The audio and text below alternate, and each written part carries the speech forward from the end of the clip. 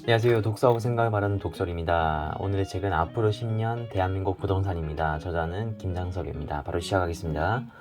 47페이지. 저가 프랜차이즈가 망한 이유는 전통의 자영업자가 망한 이유와 같습니다. 자본가들은 대규모의 자본을 투입하여 원가를 낮추는데 사실 대기업 프랜차이즈건 저가 창업 아이템이건 저가가 가능한 것은 자영업자의 노동력 착취를 통한 저가이기 때문입니다. 그래서 하루 종일 이 일을 해도 겨우 먹고 살 수 있을 정도로만 돈을 벌 수 있습니다. 조금이라도 이윤을 더 남기기 위해 가족이 모두 무급으로 동원되어야 하니 삶의 질이 떨어집니다. 그래도 잘 망하지는 않습니다. 대기업 프랜차이즈이기 때문입니다. 그러나 대기업의 임금 노동자와 다를 바가 없고 죽을 때까지 일해야 겨우 먹고 살 수 있습니다. 저가 창업 아이템은 삶의 질이 떨어지고 본인의 돈을 날리고 일은 하루 종일 하면서 노동력 착취는 노동력 착취대로 당하고 가맹점 본사만 돈을 버는 구조입니다. 가맹점 본사는 원래부터 임금 노동자의 돈만을 노리고 이런 상품을 기획하는 것입니다. 그러다가 가맹점이 하나 둘씩 망하면 사업을 접고 다른 사업을 기획해서 또 다른 가맹점을 모집합니다.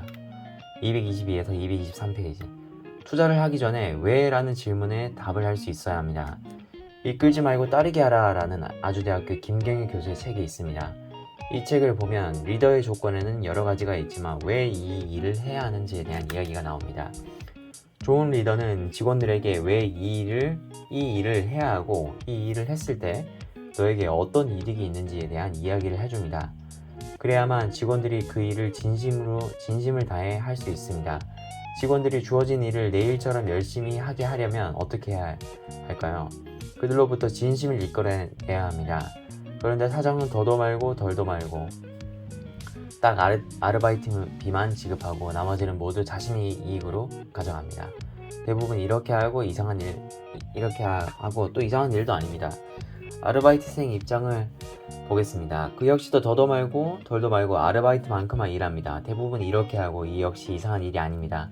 만약 아르바이트생이 주인의식을 가지고 열심히 일을 하면 그에 상응하는 대가를 줘야 하는데 그 대가란 겨우 자르지 않을 정도입니다. 그래서 대부분의 직원들은 대충 일하면서 최소의 노력을 들여서 최대의 월급을 받는 것을 목표로 하게 됩니다. 아르바이트생이나 직원이나 크게 다르지 않습니다. 그래서 어떤 사장은 자신의 이익을 이미 정해놓았습니다. 매출 전표, 카드 전표, 전기세 등 각종 공과금, 월세 등을 직원들에게 보여줬습니다. 그리고 그들에게 이렇게 말했습니다. 사장이 나는 총이익의 33%만 가져갈 테니 나머지 67%는 너희들이 열심히 일을 해서 가져가라. 최소의 아르바이트비를 보장해줬는지는 모르겠지만 다음 달 정말로 이익의 7%를 나눠주자 직원들의 표정부터 달라졌습니다. 그 집은 직원들이 가장 빨리 움직이는 집으로 소문이 났습니다. 누가 시키지 않아도 일을 열심히 하고 스스로 주인의식을 가집니다. 프로야구팀 SK 와이번스와 하나 이글스의 전 감독인 김성근 감독은 저녁이면 선수들을 모아놓고 정신교육을 시킵니다. 왜 야구를 해야 하는지에 대해서 열띤 강의를 했습니다. 선수들에게 열심히 운동하도록 강요하는 것보다 스스로 열심히 해야 하는 이유, 즉 왜에 대한 해답을 찾게 하는 것입니다.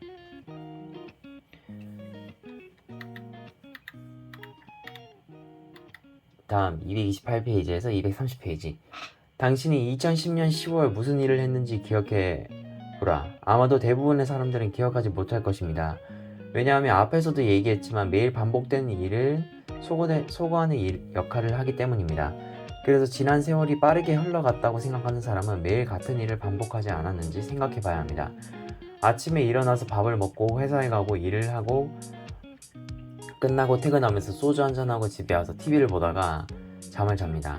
매일 반복되는 일상을 살았기 때문에 10년 전이나 20년 전이나 30년 전이나 기억나는 일이 많지 않습니다.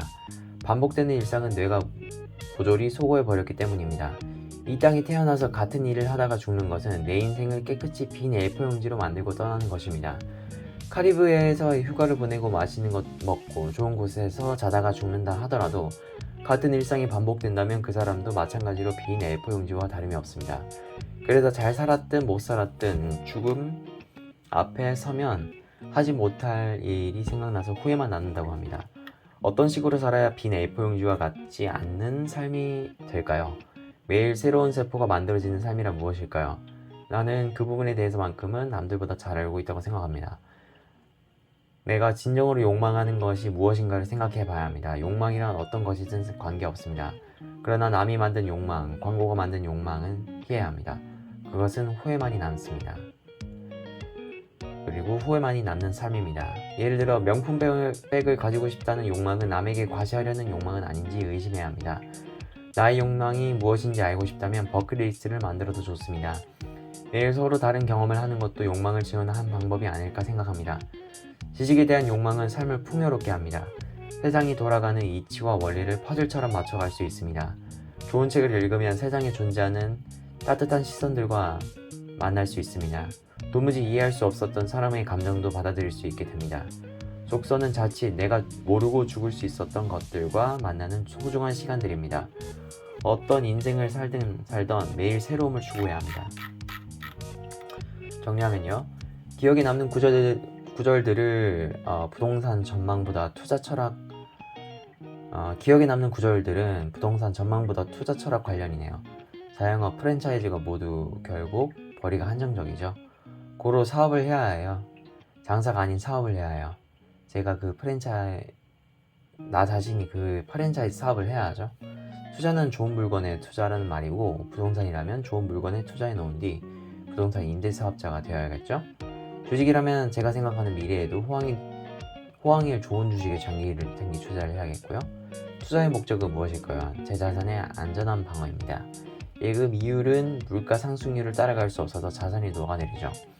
제 자산을 안전히 방어하고 증가시키는 것이 투자의 목적이죠. 사업의 목적은 내 자산을 크게 늘리는 것이죠. 회사 생활로도 자산은 늘겠지만 속도가 무척이나 느리겠죠. 내 자산이 적게 늘겠죠. 결국 큰 자산을 가진 부자가 되기 위해서는 사업, 부동산, 주식, 투자를 해야 한다는 결론이 나옵니다. 사람들이 회사 생활의 매너리즘에 빠진 이유가 자신이 열심히 한 만큼 돌아오지 않기 때문이죠. 회사 생활에 자신이 한 만큼 보상이 되는 시스템이 개발된다면 그것을 사업화한다면 큰 돈을 벌 수 있겠다는 생각이 들죠. 매일 같은 삶은 기억에도 안 남죠. 매일 새로움을 추구하는 삶은 새로운 기억들을 채우는 과정이죠. 매일 새로움을 추구하는 삶 중에 정말로 효율적인 것은 독서를 이용한 새로운 지식과 지혜의 습득이죠. 이상입니다. 들어주셔서 감사합니다.